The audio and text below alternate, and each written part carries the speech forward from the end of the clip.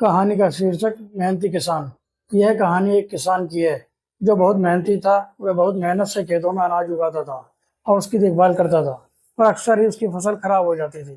कभी सूखा पड़ जाता, कभी बाढ़ आ जाती या कभी तेज धूप और कभी आंधी आ जाती। कोई न कोई वजह से उसकी फसल खराब हो ही जाती थी। एक दिन किसान पेड़ के नीचे बैठकर अपनी बर्बाद हुई फसल को देख रहा था और तभी वह गुस्से में आसमान की तरफ देखकर भगवान से कहता है कि मालिक, आपको सब बहुत महान मानते हैं और सबसे ज़्यादा ज्ञानी मानते हैं। कहते हैं कि आप सब जानते हैं, लेकिन मुझे ऐसा लगता है कि आपको कुछ भी नहीं पता। मुझे यह लगता है कि आपको तो यह भी नहीं पता होगा कि फसल कैसे उगाई जाती है।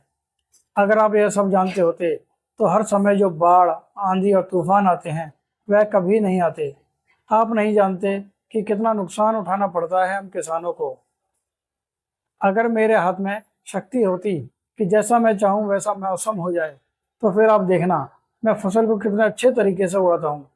तभी उतने में ऊपर से एक आवाज़ आई, ले, मैं तुझे ये ताकत देता हूँ कि आज से तू जैसा चाहे वैसा मौसम करके अपनी फसल उगा और अपनी फसलों की हिफाजत कर। एक दो दिन गुजारने के बाद किसान ने फिर से अपने खेत में गेहूं की फसल उगाई। अब किसान के पास तो शक्ति थी, वह जैसा चाहे वैसा मौसम कर सकता था। तो किसान ने आंधी, तूफान और बाढ़ कुछ भी उस अपने खेतों पर आने नहीं दिया। किसान ने अपनी फसलों को बर्बाद होने से बचाया और उस साल उस किसान के खेत में ऐसी फसल हुई जो पहले कभी नहीं हुई थी।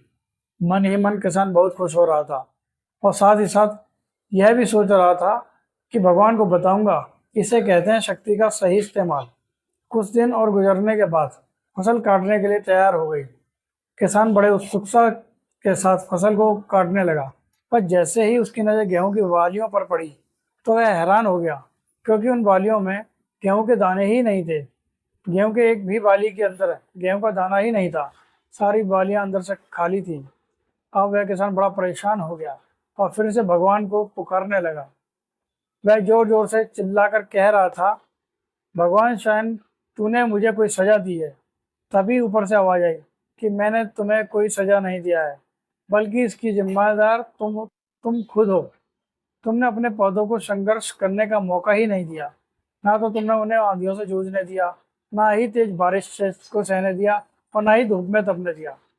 एक भी चुनौती का सामना तुमने उन्हें नहीं करने दिया। इसीलिए सारे पौधे अंदर से खोखले रह गए। जब आंधी, तूफान, तेज बारिश और धूप पड़ती है, तभी यह पौधे संघर्ष करते हैं और इसी संघर्ष से पैदा होती है ताकत, जिसमें पावर होता है, एनर्जी होती है, और इसी संघर्ष से गेहूं का दाना बनता है।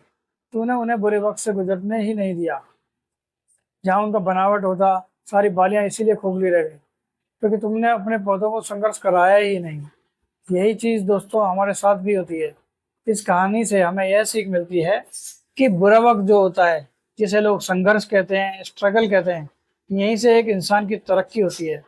आपको पता होगा कि जब एक डायरेक्टर कोई मूवी बनाता है तो डायरेक्टर सबसे डिफिकल्ट रोल अपने बेस्ट एक्टर को देता है। तो जब भी आपको ऐसा लगे कि आपकी ज़िंदगी में कोई तकलीफ है, बहुत ज़्यादा प्रॉब्लम्स हैं और आपकी किस्मत ख़राब है, तब खुश हो जाइए, क्योंकि उस भगवान ने सारी प्रॉब्लम्स आपकी लाइफ में ही क्यों दिया, क्योंकि उसे पता है कि आप इन सब को पार करके आगे निकल सकते हो। और ज़रा सोच कर तो देखिए कि अगर आपकी ज़िंदगी में कोई प्रॉब्लम्स ही ना हो, कोई संघर्ष ही ना हो, तब ज़िंदगी जीने में मज़ा ही नहीं आता। दोस्तों, मैं आशा करता हूँ कि आपको यह कहानी पसंद आई होगी। अगर यह कहानी आपको पसंद आए तो कृपया करके लाइक और सब्सक्राइब करें और बेल आइकन दबाना ना भूलें। धन्यवाद।